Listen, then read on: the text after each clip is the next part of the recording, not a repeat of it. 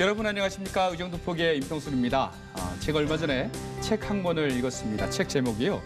마음을 얻는 미친 리더십이다. 이런 책이었습니다. 그중에 기억에 남는 부분이 있는데 정책은 소수가 아닌 다수의 목소리에 의해 결정되게 대중의 마음을 얻는 것이 진짜 지도자의 역할이다. 이런 부분이 나오더라고요. 대중의 마음을 얻는 것 무엇보다 중요하죠. 하지만 또 그에 못지않게 소수의 마음도 읽어내는 것이 바로 우리 정치인들의 역할이 아닌가 이런 생각도 동시에 해봤습니다. 오늘 만나볼 분이 그런 분이 아닌가 생각이 듭니다. 경기도의회 강태영 의원인데요. 그의 명함엔 이런 글씨가 선명하게 쓰여 있습니다. 마음 정치. 네, 그 글귀를 보고 사람 냄새 난다 이런 생각이 들었는데요. 어떤 분일까요? 오늘 만나서 자세한 이야기 나눠보도록 하겠습니다. 먼저 화면을 통해서 만나보시죠. 1968년 충남 논산 출생 강태형 의원. 문화체육관광위원회 소속으로 안산시 와동, 선부 3동을 맡고 있습니다. 더불어민주당 안산단원갑 사무국장, 제19대 대통령 선거 문재인 후보 조직특보를 역임하고 현재 경기도교육청 자문위원, 경기도의회 자치분권특별위원회 위원 등으로 활동 중입니다. 그는 도민들과의 소통을 최우선으로 진실하고 따뜻한 마음 정치를 하겠다고 밝혔습니다. 네, 오늘 주인공 만나보겠습니다. 의원님 안녕하세요. 안녕하세요. 네, 반갑습니다. 반갑습니다. 네, 우선 우리 시청자 여러분께 인사 부탁드려도 될까요? 예. 안녕하세요. 안산 출신 경기도의원 강태영입니다. 코로나19로 많은 분들이 어려움을 겪으리라고 생각되고요. 특히 자영업자, 소상공인, 그리고 영세, 중소, 제조업자들 많은 고생이 있으리라 생각되는데요. 코로나19를 극복하는데 저도 함께 하겠습니다. 네. 자, 서두에 제가 마음 정치라는 말을 했어요. 예. 명함이 이렇게 또 쓰여 있는 마음 정치. 그게 뭐예요? 저의 정치적인 모토가 신념이 강태형의 마음 정치입니다. 경기도의원이 되면서 강태형의 마음 정치라는 글귀를 명함 상단에 좀 새기고 다녔습니다. 처음과 끝이 같고요. 앞과 뒤가 같고 주민과 도민과 그리고 소외된 이웃과 늘 함께 소통하면서 가장 따뜻하고 진실되게 정치를 하고 싶어서 강태형의 마음 정치를 늘 명함에 새기고 다닙니다. 그렇군요. 우리 안산 시민분들뿐만 아니라 경기도민들을 만나면은 마음을 좀 읽을 수가 있나요? 마음을 읽으려고 최선을 다하고 있습니다. 알겠습니다. 그래서 그런지 아까 저희가 대기실에서 인사 나눌 때 저는 의원님을 기억을 못하는데 의원님은 저를 기억을 하셔가지고 당연히 기억하지요. 야, 이거 참 마음 정치라는 분이 이런 또 정치를 하시는구나. 제가 또 반성을 좀 했습니다. 고맙습니다. 반갑습니다. 자 이제 안산에 정착하시면서 자연스럽게 정치에 입문을 하셨습니다. 정치에 입문하게 된 특별한 계기가 있었나요, 그 당시에? 지난 시간을 좀 반추해 보면 1998년 새정치 국민회의 시절에 천정배 국회의원의 권유로 자연스럽게 정치에 입문했습니다. 정치에 입문하고 나서 이후에 청년위원장, 청년특보 그리고 민주당 단원갑 지역위원회 사무국장을 역임했습니다. 그 사무국장은 새정치민주연합 민주당, 더불어민주당까지 역임을 했고요. 지난 지방선거에서 경기도의원에 당선돼서 지금까지 의정활동을 열심히 펼치고 있습니다. 중요한 직책은 다 맡으셨어요. 이제 초선 의원으로 활동하신 지가 벌써 이제 2년이 지났어요. 그죠? 딱 절반이 딱 지났는데 그동안에 참 다양한 일들을 하셨더라고요. 벌써 보니까 경기도 종합사격장의 명칭을 사격 테마파크로 또 바꾸는 일도 하셨고 지난 행정사무감사에서는 굉장히 중요했던 사안인데 경기 창작센터의 횡령비리 이걸 또 지적을 하셨어요. 그때 굉장히 전방 역할을 하셨죠? 많은 역할을 했고요. 지난 행정감사에서 경기문화재단 소속의 창작센터에서 17차례에 걸쳐서 도장을 찍은 허위전표로 그 2억 6천을 횡령해서 주식 투자한 사건이 있었습니다. 2억 6천이요? 근데 기사가 좀 크게 됐죠? 사회적인 이슈가 좀 많이 됐었고요. 그래서 그 입법의 후속 활동으로 제가 전자회계 시스템을 도입하는 것을 법률로 제정을 했습니다. 그건 잠시 후에 또 이야기 나눠보죠. 200개 시스템이라고. 알겠습니다. 이게 중요한 사안인데 잠시 후에 한번 짚어보도록 하겠습니다. 자, 먼저 또 안산 출신이시니까 이게 또 중요해요. 4.16 세월호 희생자 추모의 날 지정. 먼저 드릴게요. 아무래도 좀 민감한 주제이다 보니까 가장 많은 관심을 받고 있잖아요. 전 국민들께서도 기억하려고 노력하고 있고 뭐 세월호 특별법이다, 조사위원회의 어떤 뭐 방해다, 뭐 이런 얘기도 많이 나왔는데 우선 이 추모의 날 지정 그 추진 배경에 대해서 한번 설명 좀 부탁드립니다. 예, 세월호 참사는 국민의 안전을 최우선으로 책임져야 할 국가의 안전 시스템이 제대로 작동하지 않아서 304명이라는 희생자를 발생한 대형 참사입니다. 네. 그럼에도 불구하고 현재까지 6년이 지난 지금까지 세월호 참사 진상 조사뿐만 아니라 또 추모 시설인 4.16 생명안전공원의 건립에 대해서도 국가의 사무가 아닌 오롯이 국가의 사무로 이루어져야 되는데 그렇게 진행되지 못하고 있는 게 현실입니다. 네. 그래서 경기도의 목소리를 내기 위해서 입법을 하게 되었습니다. 네, 그렇군요. 이게 이제 1년에 걸쳐서 입법이 됐잖아요. 그 좀 기간이 좀 길었어요. 1년 동안 준비 과정이 이유가 뭡니까? 참 어렵고 지난한 1년이었다고 생각되고요. 제가 지난 5월에 경기도 생명존중의 날이라고 같은 맥락에서 같은 내용으로 입법 예고를 해서 네. 많은 언론의 주목을 좀 받았습니다. 네네. 그럼에도 불구하고 국민 안전에 관한 법과 세월호 특별법 등에 의해서 상충도 되고 또 저희 도의회 상임위와 상임위 간의 갈등 등으로 인해서 네네. 제 추진을 못하고 있던 것을 네. 구체적인 제목 타이틀로 4.16 희생자 참사 추모의 날로 지정해서 네네. 제2법을 추진하게 되었습니다. 그러면은 구체적인 어떤 조례 내용도 한번 살펴봐야죠. 네. 지정이 되면 네. 어떻게 되는 겁니까? 이 근본 조례안의 내용은 3가지로 요약할 수 있는데요. 주된 내용이 첫 번째는 순수하게 세월호 희생자에 대한 추모와 네. 추모 행사를 통해서 안전과 생명 안전 의식을 안전 존중 의식을 갖자라는 것이 첫 번째이고요. 네네. 두 번째는 그로 인해서 경기도의 예산이 재원이 투영할 수 있는 근거를 좀 마련했다는 게 두 번째고요. 중요하죠. 예. 네. 세 번째는 그에 따른 안전과 생명에 관한 교육을 실시하자는 것이 세 번째 내용으로 담고 있습니다. 네. 추모하고 또 기념하고 또 교육도 교육까지 하고, 이렇게 예. 쭉 그렇네요. 6년이라는 세월 굉장히 빨리 지나갔어요. 그러나 희생자 가족들에게 생각하는 6년은 제가 생각해도 한 60년, 600년이 되지 않을까. 하루하루가 굉장히 큰 고통 속에서 살아가셨지 않나 그런 좀 생각을 해보거든요. 하지만 굉장히 빨리 흐른 건 사실인 것 같습니다. 네. 이 지정이 추모의 날 지정이 반드시 이들을 위로하고 또 똑같은 일이 반복되지 않도록 해야 되는데 그만큼 우리 뭐 그 관계자분들이나 특히 의원님 같은 정치인분들이 굉장히 좀 어깨가 무거우시겠어요. 예. 잘 추진하셔야 되는데. 네, 열심히 추진하고요. 네네. 세월호 문제만 나오면 울컥울컥하고 좀 제가 그래서 말이 잘 안 나와요. 트라우마 아닌 트라우마가 또 있습니다. 네네네. 안산에 있는 안산 시민들에게는 그렇죠. 국민들뿐만 아니라 예, 그렇습니다. 네, 6년이 아니라 60년, 600년이 가더라도 이 참사는 계속 기억돼야 되니까 예. 이번 입법 활동이 굉장히 중요해 보입니다. 예. 알겠습니다. 자, 이어서 아까 살짝 이야기하셨는데요. 경기도 산하 공공기관의 이 투명 경영에 대해서 한번 살펴보도록 하겠습니다. 무엇보다 중요하잖아요. 저는 깜짝 놀랐습니다. 네. 첫 번째로 이뱅킹 시스템 도입. 아까 말씀하신 그런 공공의 그 주식 투자 하셨다고 그분이 직원이요. 횡령해서 잘못하셨네요. 예. 살펴보죠.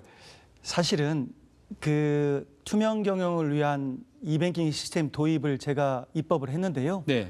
조금 전에 말씀드렸듯이 입법의 취지는 지난 행정감사에서 경기문화재단 소속의 창작센터에서 17차례 17차례요. 예, 도장을 찍은 허위 전표를 발행해서 2억 6천만 원을 횡령해서 네네. 주식 투자한 사건에 대해서 책임자 처벌 또 몇 가지 대안을 제가 제시한 바 있습니다. 네. 그동안은 경기도 산하 공공기관 25개 기관에서 대부분 예산을 집행하는데 네. 회계 책임자가 도장을 찍은 전표를 가지고 거래은행을 방문해서 지출했습니다. 그런 투명하지 않은 경영에 대해서 또 네네. 비리와 횡령이 발생할 수 있는 경우에 대해서 네. 대비하고 막기 위해서 방지하기 위해서 네. 입법을 했고요. 입법의 주요 내용은 도장을 찍은 전표가 아닌 전산 회계 시스템, 이뱅킹 시스템을 도입하라는 것입니다. 네. 지금 현재는 대부분의 산하기관이 도입한 상태이고요. 앞으로 미진한 산하기관 몇 군데는 네. 올해 안에 도입할 예정입니다. 아직 몇 곳 남아 있군요. 예, 예. 우리나라가 IT 강국이 아직까지 전표를 가지고 은행에 가서 예. 좀 저는 충격받았습니다. 사실은 저도 의회에 들어와서 이 제도 입법을 하면서 예. 행정감사를 하고 그러는 과정 속에서 정말 머리가 쭈뼛쭈뼛 쓸 정도로 충격이 좀 있었지요. 예, 올해 안에는 이제 공공기관 이제 몇 군데 남았다고 하니까 이 백인 시스템 계속해서 잘 도입해서 17번이나 횡령했다고요. 예. 예, 그 감시도 참 좀 어리석었네요. 네네. 알겠습니다. 자, 다음 사안입니다. 다음은요, 그 노동 이사제도 네. 대표 발의하셨어요. 이거는 지금 문재인 정권에서도 이게 지금 굉장히 급물살을 타고 이번에 또 국회가 개원이 됐잖아요. 네. 급물살을 탈 것이다라고 생각이 되거든요. 하지만 또 이쪽 경영진 측에서는 이거 굉장히 무리다 이런 좀 상충되는 그런 없지 않아 있는데 어떻습니까? 자세한 좀 설명 부탁드립니다. 예. 제가 사실은 현재 그 경기도의회에서 노동과 인권 특별위원회 위원으로 좀 활동하고 있습니다. 아, 예. 사실 노동의 역사는 대한민국 민주주의 역사와 좀 같다고 좀 생각하고요. 네. 특히 노동의 가치는 반드시 존중되어야 된다고 생각합니다. 네. 그동안 경기도 산하 공공기관에 그 100인 이상의 사업장에 경영 투명과 합리적인 경영을 위해서 노동 이사제를 좀 도입하게 되었고요. 더불어 그로 인해서 더 많은 산하기관에 확대되기를 바라는 취지에서 입법을 또한 하게 되었습니다. 점진적으로 31개 시군에도 노동이사제가 운영 확대되도록 네. 권고하는 내용을 담아서 네. 제가 입법 조례한 겁니다. 그렇군요. 그러니까 노동자를 대표해서 이사회에 몇 인이 들어가게 되는 건가요? 노동자를 대표 노동이사가 이사가. 한 명이 들어가는 겁니다. 딱 한 명이 들어가서. 네. 노동자의 목소리, 노동 네네. 현장의 목소리를 대변하고요. 그렇죠. 경영의 결정에 있어서 네. 1인이지만 목소리를 낼 수 있는 권한이 부여되는 거지요. 저는 좀 그렇게 생각합니다. 그 우리나라가 이제는 선진국이라고 자랑스럽게 말할 수 있는 단계잖아요. 예. 근데 유럽이나 독일을 보면은 노동자가 어떻게 보면 50% 정도 이사회에 참여한다 저는 그렇게 알고 있거든요. 앞으로 예. 한국에서도 우리나라에서도 경기도에서도 네. 점차적으로 노동자의 목소리가 확대되기를 좀 저도 바라고요. 그런 입법을 앞으로 점차적으로 열심히 추진하도록 하겠습니다. 알겠습니다. 노동자뿐 아니라 경영자 분들도 잘 상생해서 그게 예. 상생의 길이잖아요. 맞아요. 예. 예, 노동자가 주인이 되면 회사가 더 성장하는 사례들을 얼마든지 봤습니다. 우리는. 예, 그렇습니다. 예, 좋은 방향으로 나가기를 이번 노동이사제도 대표 발의하셨으니까 좀 초석이 되겠네요. 예. 알겠습니다. 그리고 우리 의원님께서 자치분권 특별위원회 소속 의원으로 활동하고 계시죠. 네. 자치분권이다. 잘 모르시는 분들 계실 것 같아요. 어떤 위원회입니까? 특별위원회인데. 자치분권 특별위원회는 지금 지난번 20대 국회에서 자치분권 입법에 관한 법들이 통과가 안 됐습니다. 네. 사실 21대 국회에 기대를 많이 하고 있고요. 자치분권이라는 것은 입법, 재정, 조직, 인사 이런 것들에 대해서 경기도는 경기도가, 안산시는 안산시가 각자의 지방 정부가 책임을 지고 운영한다는 것입니다. 네. 아직도 많이 미흡한데요. 그런 것들을 위해서 경기도의 자치분권 특별위원회가 2년 동안의 소임을 다 했지만 앞으로도 계속 노력할 것으로 기대합니다. 그러니까 이게 명칭부터 많이 이제 바꾸자라는 말도 나왔거든요. 지방자치가 아니라 지방 정부의 시대로 가자. 예, 예. 우리나라는 너무 중앙 집권적으로 돼 있으니까 네, 네. 그 자치가 말이 자치지 그게 잘 이루어지지 않는다고 하잖아요. 네. 그래서 중앙에 너무 의존하게 되고 네. 그런 부작용도 많이 나타나게 되고. 지금 현재는 자치분권을 강조하는 이유가 네네. 지방 정부화까지 되기 위한 그런 전초적인 그 그렇군요. 시기라고 좀 보고요. 예예. 특히 중앙 정부의 사무가 집중돼 있던 것을 네. 지방에 좀 나눠줘서 자치적으로 좀 활동할 수 있도록 네. 제가 조금 전에 말씀드렸듯이 경기도는 경기도가, 네네. 안산시는 안산시가 네. 각 지방 정부의 역할을 주체적으로 할 수 있도록 하는 것이 가장 중요하다고 저는 생각합니다. 그러면 그 부작용도 있지 않을까요? 경기도는 워낙에 방대하잖아요. 근데 어떻게 보면은 좀 자치도라고 할까요? 좀 떨어지는 도는 좀 중앙에 많이 좀 뭐랄까 도움을 받아야 되고. 가장 큰 문제점이 네네네. 재정과 인사에 대한 문제점이 많이 발생할 것으로 예상하는데요. 네네네. 무엇보다 중요한 것은 자치분권을 우선 실시하고 실현하는 것입니다. 아, 그렇군요. 그리고 나서 보완돼야 할 단점들은 점차적으로 우리가 수기하고 토론하면서 네네네. 만들어가는 것이 더 중요하다고 저는 생각합니다. 그렇군요. 광역이 이제 정부가 또 되고 예. 그 밑에 또 시단위가 기초가 또 되고 예. 이렇게 점점 자치가 돼야 되는군요. 네네. 알겠습니다. 그게 어떻게 보면은 직접 민주주의로 가는 길이 아닌가 또 그런 생각이 또 드네요. 예, 가장 중요한 아. 원초적인 민주주의입니다. 그렇군요. 예, 풀뿌리 민주주의입니다. 예, 제가 좀 일을 잘했네요. 알겠습니다. 예. 자, 그리고 이제 안산이잖아요. 안산 지역구, 사랑하는 안산. 네. 지역구 현안도 분명히 많을 것 같은데 요즘 가장 큰 현안이 어떤 게 있어요? 지역구에? 지금 현재는 지역에서 현안이 되는 것은 4.16 생명안전공원 건설에 대한 네네네. 제가 조금 전에 말씀드렸던 그 문제가 가장 큰 현안이고요. 네. 두 번째는 안산은 8만여 명의 다문화인들이 살고 있습니다. 네네. 그러다 보니까 다문화 문제에 대한 것들이 두 번째 큰 현안입니다. 네. 그 외에 그 안산시도 지자체로서 많은 현안들을 가지고 있지요. 네. 그 아까 평화공원 말씀하셨는데 평화공원이 저 지역민들도 좀 그 의견이 엇갈리는 걸로 제가 알고 있었는데 지금 어떻게 되고 있는 거예요? 4.16 생명안전공원인데요. 그 추모 시설이고 네네. 납골 땅이라고 비하하는 그런 분들도 좀 계십니다. 네네. 그래서 민민 갈등이 좀 있는데요. 네. 무엇보다 중요한 거는 국가의 안전 시스템이 제대로 작동하지 못해서 일어난 대형 참사이니까 네. 그로 인해서 조성이 되는 추모 시설이니까 네네. 많은 시민들도 네. 그에 따라서 앞으로 함께 추진해 가야 될 것으로 생각합니다. 이때야말로 정말 그 명함에 쓰여진 마음 정치가 필요하지 않나. 예, 이쪽 의견도 잘 듣고 또 저쪽 의견도 잘 듣고. 예, 그쵸. 최선을 다해서 예. 열심히 시민과 소통하겠습니다. 네. 지역 현안들도 그렇게 있고요. 또 지금까지 해주신 답변 외에 제 질문 좀 많이 들었는데 임기 내에 이 부분은 꼭 해결하고 싶은데 이런 것들이 있으면 이번 기회를 통해서 말씀 부탁드립니다. 제가 평상시 좀 생각했던 생각을 좀 말씀드리면 네. 배려와 도움이 필요한 사회적 약자, 소외계층 등의 현안 문제에 대해서 많은 관심을 좀 가지고 있고요. 대안을 제시하려 노력하고 있습니다. 특히 장애인, 노인, 청년, 여성, 아동, 기초생활수급자, 자영업자 등의 많은 현안 문제를 네. 지금의 우리가 안고 있는 현재의 사회 인식을 함께하면서 대안을 제시하려고 하고 있고요. 네네.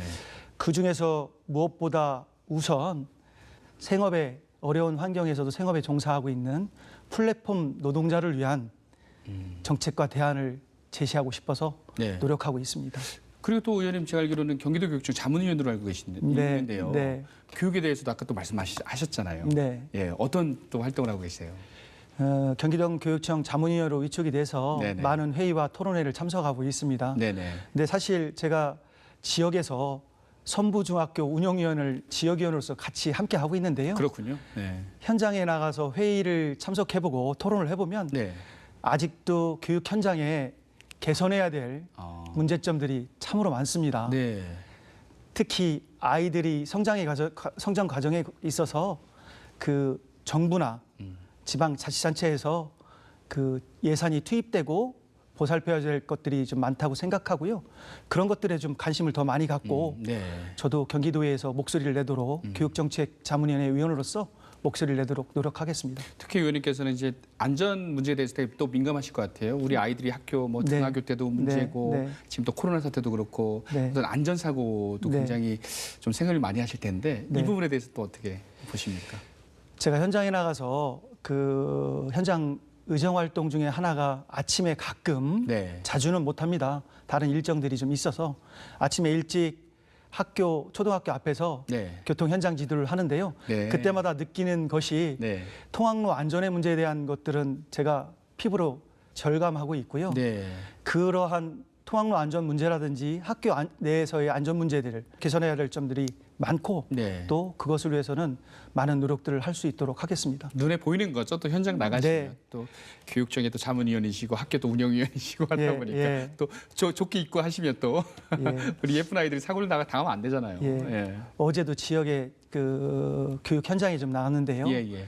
아파트와 신설된 아파트와 초등학교 간에 네. 도로 안전 통학로를 개설하는 걸 위해서 예, 예. 그 지역의 의원님들과 또 교육청 관계자들 네네. 그리고 지역 주민들과 함께 나가서 현장을 나갔는데요. 네.